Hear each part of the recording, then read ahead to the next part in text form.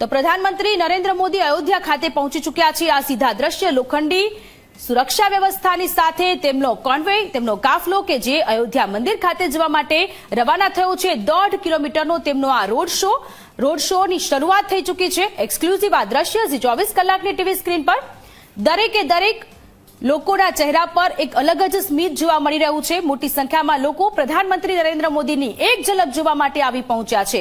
મહિલાઓના હાથમાં કે જે મહિલાઓ તેમને ફૂલોથી સ્વાગત કરવાના છે, મહિલાઓ તેમની આરતી ઉતારતા પણ નજરે પડશે।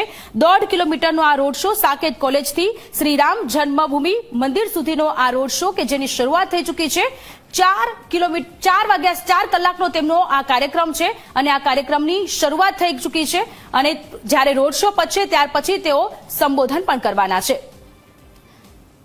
તો રામલલ્લાની ધર્મધ્વજામાં 21 કિલો સોનાથી મઢેલો 161 ફૂટનો ધ્વજ કે જેનું આજે આરોહણ થવાનું છે।